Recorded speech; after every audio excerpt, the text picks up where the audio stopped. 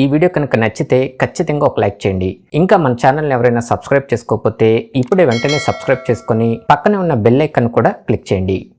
నమస్కారం. ఈరోజు మనం మఖానా గురించి లోతుగా మాట్లాడుకుందాం. అదేనండి తామర గింజలు.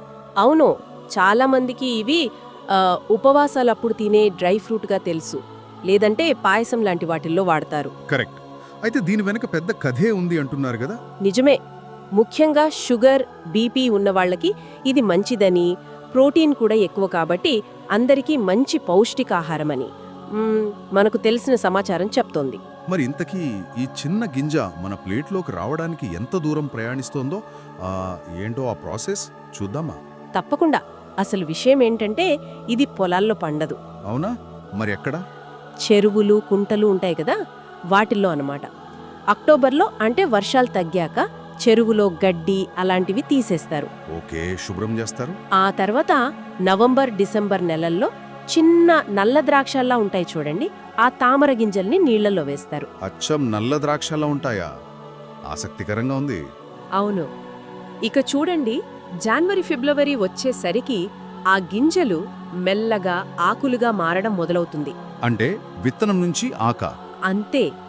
మార్చి, ఏప్రిల్ నాటికి ఆ చెరువంతా తామర ఆకులతో పచ్చగా చాలా అందంగా తయారవుతుంది. ఊహించుకుంటుంటేనే బావుంది. ఇక ఏప్రిల్ చివర్లో చిన్న మొగ్గలు వచ్చి మే నెలకల్లా అబ్బో, చెరువంతా ఎరుపు, ఊదా, తెలుపు రంగుల తామర పూలతో నిండిపోతుంది. చూడ్డానికి అద్భుతంగా ఉంటుందట ఆ దృశ్యం. వావ్, కేవలం గింజల కోసమే అనుకున్నాను. ఇంత అందమైన ప్రక్రియ ఉంటుందని ఊహించలేదు. ఆ పూల తర్వాతే కాయలొచ్చేది. అవును. మే చివరికల్లా ఆ పూల నుంచి కొంచెం పైనాపిల్ లాగా ముళ్లతో ఉండే కాయలొస్తాయి. ముళ్లతోనా? చిన్న చిన్న ముళ్ళు ఉంటాయి. ఒక కాయలో మీరు నమ్మరు గాని 80 నుంచి 110 గింజలుంటాయట. 80 నుంచా? చాలా ఎక్కువ. చాలా ఎక్కువ. జూన్ చివరి నాటికి ఆ కాయలు పగిలిపోయి గింజలన్నీ నీటి మీద తేలుతాయి. అంటే అవే బయటకొచ్చేస్తాయా? అవును, తేలుతాయి. మొదట ఆ గింజల మీద కొంచెం ఎర్రటి పొరలాంటిది ఉంటుంది. ఓ 4-5 రోజుల్లో అది పోయి తెల్లగా మారతాయి. ఓకే, ఆ తర్వాత? ఆగస్టు వచ్చేసరికి ఈ మొక్కలు నీళ్లల్లో కొంచెం కుళ్ళిపోవడం మొదలవుతుంది. దానివల్ల కొంచెం వాసన కూడా వస్తుంది. అప్పుడేం చేస్తారు రైతులు? ఆ సమయంలో రైతులు ఆ ఆకుల్ని తీసేస్తారు. ఈ ఆకుల ఎరువుకు మంచి డిమాండ్ ఉంటుందట, చాలా ఖరీదైనది కూడా. అవునా? ఆ తర్వాత నీటి మీద తేలుతున్న ఆ తెల్లటి గింజలను పెద్ద వెదురు బుట్లో లాంటివి ఉపయోగించి జాగ్రత్తగా సేకరిస్తారు. ఇది చాలా కష్టమైన పని. నీళ్లలోంచి తీయడం అంటే శ్రమే కదా. సేకరించాక వాటిని నేల మీద పోసి కాళ్లతో తొక్కుతారు. కాళ్లతోనా? ఎందుకు? ఆ పైనున్న మెత్తటి పొట్టు ఊడిపోవడానికి అలా చేస్తారు. తర్వాత వాటిని శుభ్రంగా కడిగి ఎండలో బాగా ఆరబడతారు. 2-3 రోజులు పడుతుంది. ఓ, ఆరబెట్టడం కూడానా? అవును. ఎండిన తర్వాత జల్లెడ పట్టి సైజుల వారీగా వేరు చేస్తారు. పెద్దవి, చిన్నవి అలాగా. ఇక్కడితో అయిపోయినట్టేనా? మనం తినే మకానా ఇదేనా? లేదు లేదు, ఇంకా ఉంది అసలు ప్రక్రియ. ఇక్కడిదాకా వచ్చింది ముడి సరుకు లాంటిదన్నమాట. ఇంకా ఉందా? చెప్పండి. వాటిని మళ్ళీ ఎండబెడతారు. అప్పుడు ఆ గింజల రంగు నల్లగా ఉన్నది కాస్త ఎరుపు రంగులోకి మారుతుంది. నలుపు నుంచి ఎరుపుగా. ఆసక్తిగా ఉంది. అవును. ఈ ఎర్రటి గింజలను మట్టి కుండల్లో ఇసుక వేసి వేయిస్తారు. ఇది చాలా కీలకం.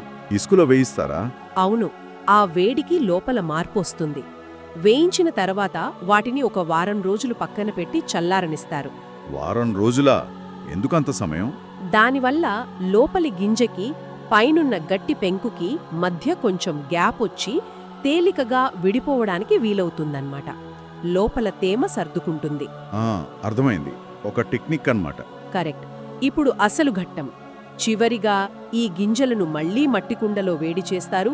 బాగా వేడిగా ఎర్రగా ఉన్నప్పుడు వాటిని బయటకు తీసి ఒక చెక్కతో చేసిన అచ్చులాంటి పరికరం ఉంటుంది, దాంతో గట్టిగా కొడతారా? అవును.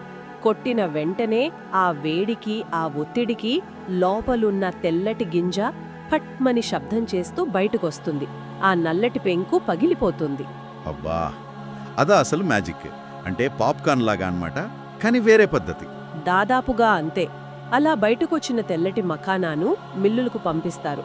అక్కడ వాటిని పాలిష్ చేస్తారు. పాలిష్ ఎందుకు? ఇంకా ఏమైనా చిన్న చిన్న పొట్టులాంటిది అంటుకునుంటే పోయి మనం దుకాణాల్లో చూసే నునుపైన తెల్లటి మఖానా తయారవుతుంది. దాన్ని ప్యాకెట్లలో నింపి మార్కెట్కి పంపిస్తారు. అబ్బో, ఇంత పెద్ద ప్రాసెస్ ఉందా దీని వెనక? చెరువులో గింజ వేసిన దగ్గర నుంచి ప్యాకెట్లోకి వచ్చేదాకా ఎన్ని దశలో? అందుకే ఇది కొంచెం ఖరీదుగా ఉంటుందేమో కదా. ఖచ్చితంగా. ఆ శ్రమ, ఆ నైపుణ్యం, దానికి తగ్గట్టే దాని విలువ ఉంటుంది. నిజమే. మనం చాలా తేలిగ్గా తినేస్తాం, కానీ దాని వెనుక ఇంత కథ, ఇంత శ్రమ దాగి ఉందన్నమాట.